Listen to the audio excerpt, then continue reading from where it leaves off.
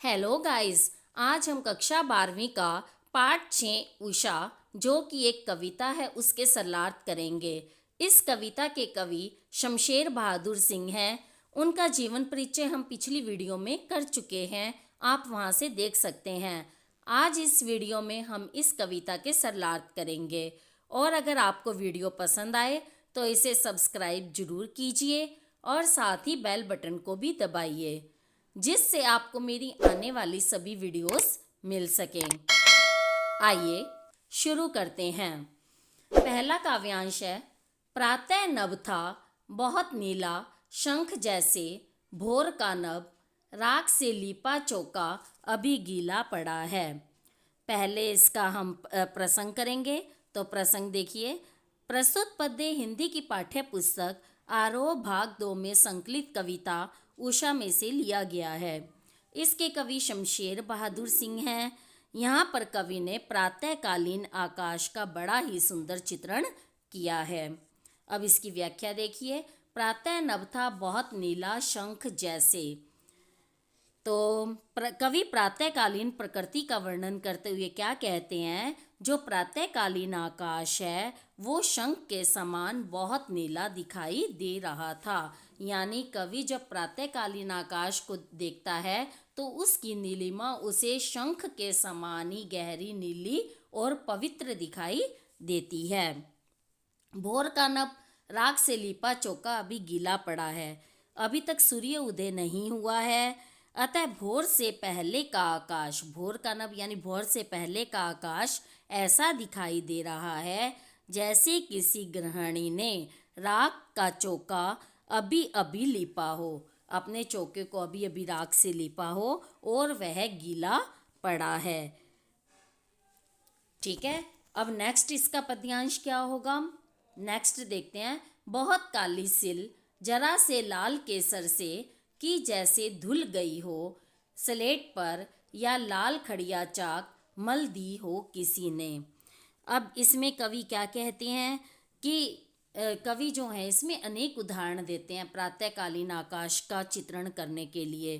तो इसमें कवि कहते हैं या ऐसा भी लगता है मानो बहुत काली सिल जरा से लाल केसर से जैसे धुल गई हो। जैसे स्लेट पर बहुत काली सिल, यानी कि जो सिल होती हैं जो गांव में यूज़ करते हैं, उस पे जैसे किसी गृहिणी ने उसे लाल केसर से धो दिया हो, उसका लाल रंग जो है उस पर रह गया हो, ऐसी दिखाई देती है।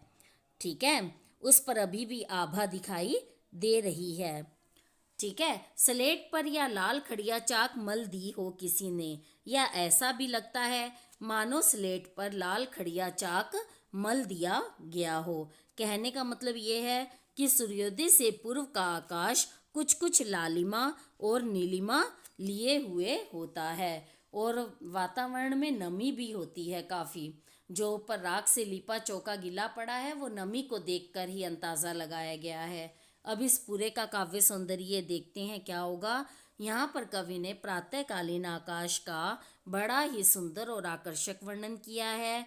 उन्होंने इधर साहित्यिक हिंदी भाषा का प्रयोग किया है और उर्दू के शब्दों का भी प्रयोग है, और इसके अंदर उपमा, उत्प्रेक्षा और अनुप्रास अलंकार का प्रयोग हुआ है पूरे में।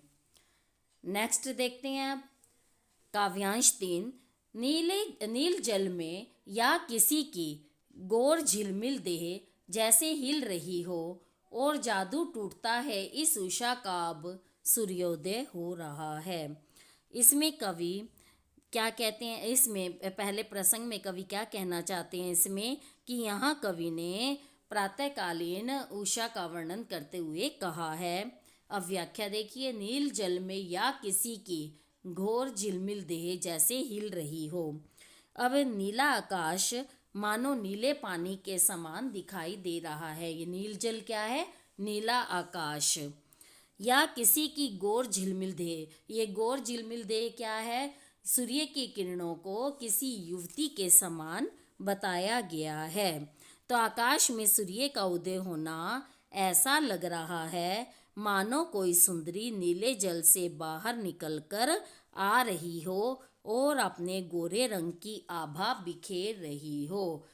आकाश में सूर्य का उदय होना ऐसा लगता है मानो इधर सूर्य की किरणें किसी सुंदरी का प्रतीक हैं, मानो कोई सुंदरी नीले जल से नहाकर निकल रही हो। और जादू टूटता है इस उषा का, अब सूर्योदय हो रहा है। लेकिन जैसे ही सूर्योदय होता है, उषा का ये जादू जो है टूटता हुआ नजर आता है।